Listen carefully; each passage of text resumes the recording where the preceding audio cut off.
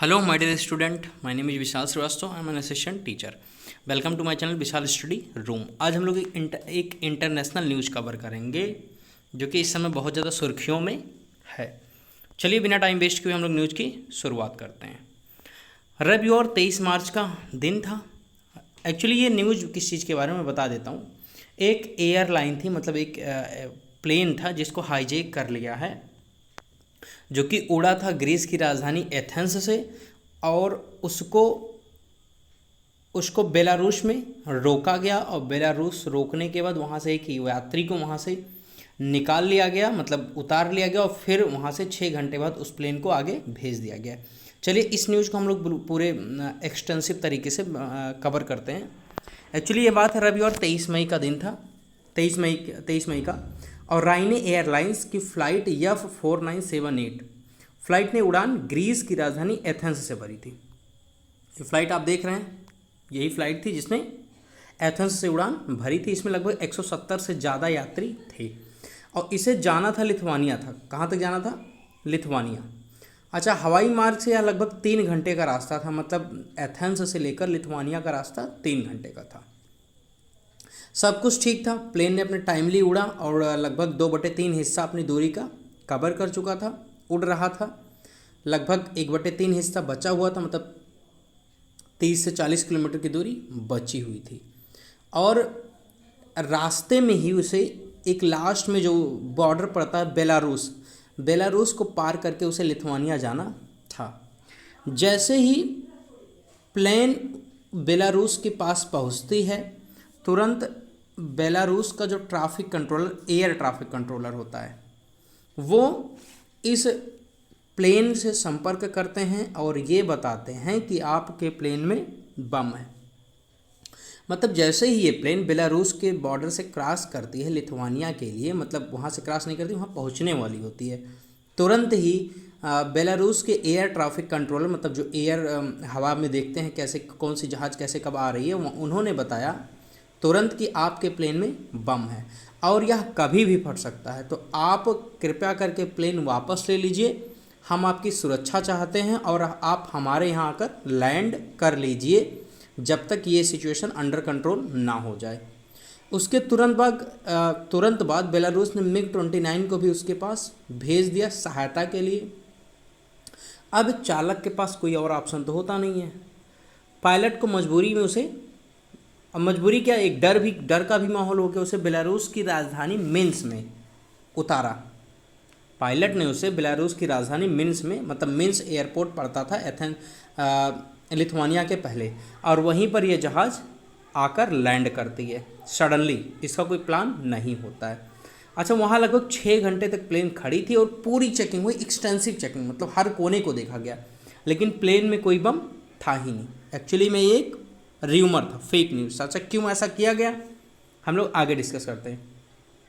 अच्छा, 6 घंटे बाद प्लेन को फिर से वापस उड़ान भरने की इजाज़त दी गई, लेकिन बात उसमें ये हुआ कि उसमें सिर्फ एक यात्री उसमें नहीं था. मतलब अगर मैं क्लियरली बताऊं तो जो बेलारूस था उसने एक यात्री को वहाँ से गायब कर दिया या अपनी हिरासत में ले लिया और उसके बाद प्लेन को जाने के लिए बोल दिया, और उसमें कोई भी बम नहीं था. ये एक साजिश थी कह सकते हैं. उस यात्री का नाम था रोमन प्रोटेसेविच. उस यात्री का नाम था रोमन प्रोटेसेविच.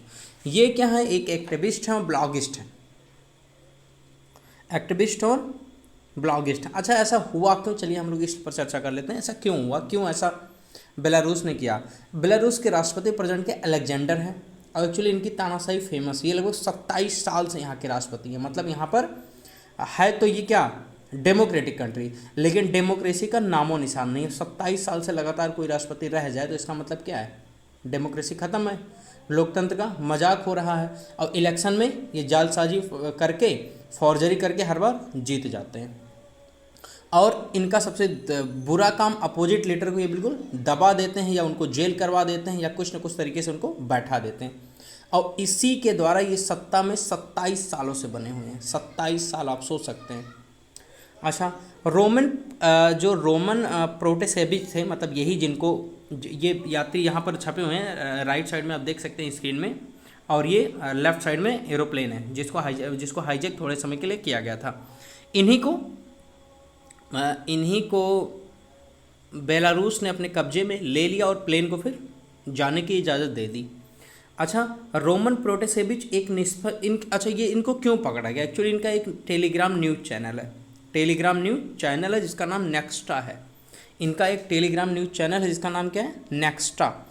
और ये सरकार के अच्छे बुरे कामों को बहुत बारीकी से कवर करती है, मतलब जो बुरा है उनको पूरे एक्सटेंसिव तरीके से लोगों तक पहुंचाती है कि अलेक्जेंडर जो वहाँ के राष्ट्रपति हैं उनकी तानाशाही कितनी ज़्यादा बढ़ गई है। और ये जनता के हित में खबरें छापती है, जनता को जितना जागरूक हो सके उतना जागरूक करती है। अच्छा, इसी वजह से ही जो बेलारूस के राष्ट्रपति थे ये हैं, आप देख सकते हैं कि यही है अलेक्जेंडर हैं। इनको एक डर सताने लगा। क्या डर सताने लगा? कि जो जनता है वो बहुत ज़्यादा जागरूक हो जाएगी और इनके खिलाफ प्रोटेस्ट करने लगेगी। और इसी वजह से इन्होंने रोमन को पकड़वाने के लिए एक पूरा प्लान किया। और ये चीज़ पहले ही रोमन को पता हो गई थी, इसीलिए वो बेलारूस को छोड़कर लिथुआनिया में चले गए थे। मतलब लिथुआनिया में ही रहते थे, बेलारूस को उन्होंने छोड़ दिया था। किसने? जिनको यहाँ पर किडनैप किया गया, रोमन प्रोटेसेविच को। अच्छा, यहाँ पर रहकर भी, मतलब ये बेलारूस में रहकर भी अपना काम अच्छे से कर रहे थे। सर, ये बेलारूस नहीं, एथेंस में रहकर ये अपना काम अच्छे से कर रहे थे। और एक और चीज़ आपको बता दूं कि अभी अगस्त 2020 में जब इलेक्शन हुआ तो ये अलेक्जेंडर को यहाँ से 80% वोट मिले, मतलब एक तरफा जीत हो गई। अब आप सोच सकते हैं कि इतना ज़्यादा वोट कैसे कोई पा सकता है। अच्छा, इसमें बहुत बड़ी धांधली हुई थी। इसके विरोध में जनता पूरे तरीके से सड़क पर आ गई थी, कई हफ्तों तक प्रोटेस्ट हुआ था, लेकिन प्रेसिडेंट अलेक्जेंडर ने सबको दबा दिया और सारी बातें ख़त्म करके फिर भी अभी सत्ता में बने हुए हैं। अब मैं ये बता दूं कि नेक्स्टा जो चैनल है रोमन प्रोटेसेविच का जो चैनल है नेक्स्टा, ये फिर भी अपना काम करता रहा। मतलब हर तरीके से लोगों को जागरूक करना और बताना कि सरकार क्या क्या चीज़ें कर रही हैं, कैसे कर रही है।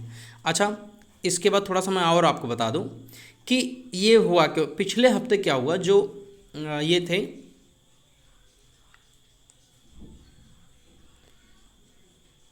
एक्चुअली इनको बेलारूस छोड़कर लिथुआनिया में रह रहे थे।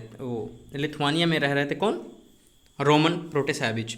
अच्छा, रोमन प्रोटेसेविच एथेंस में एक इकोनॉमिक कॉन्फ्रेंस में मीटिंग करने के लिए गए थे। कॉन्फ्रेंस में इनको बुलाया गया था।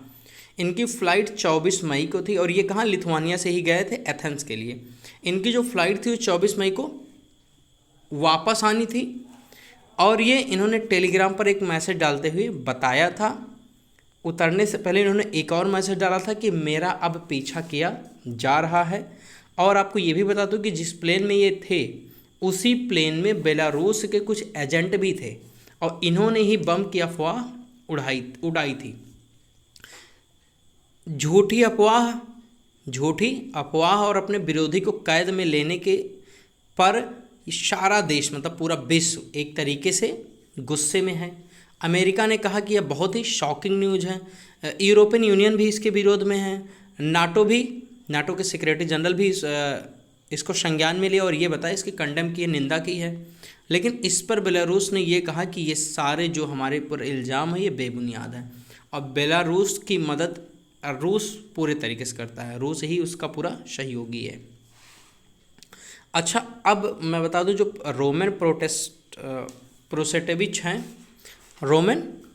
प्रोटेसेविच हैं, उनको सबसे बड़ा खतरा तो अब उनकी जान पर बनाई है। क्यों? अगर यह साबित होता है कि वो सोशल मीडिया पर हिंसा भड़काने का काम कर रहे हैं तो उनको लगभग 15 साल की जेल होगी। और अगर ये आ गया कहीं आतंकवाद फैलाने का इल्ज़ाम इन पर लग गया तो इनको तो मौत की सज़ा मिल सकती है।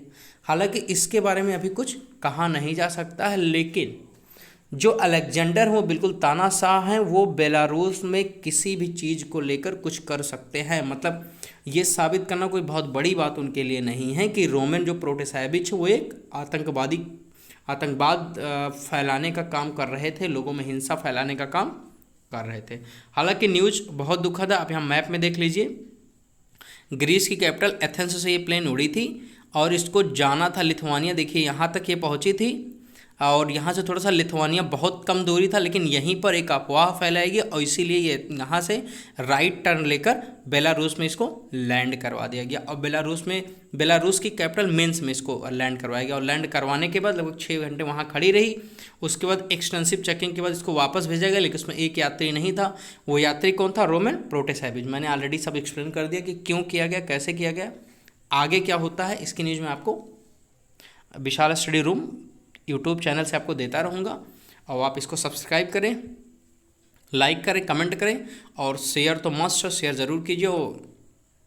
बस खुश रहिए, मस्त रहिए और इस कोविड पीरियड में अपने आप को बचाए रखिए, अपने और अपनी फैमिली को, और वैक्सीनेशन ज़रूर करवाएं। This is Vishal Shrivastava signing of.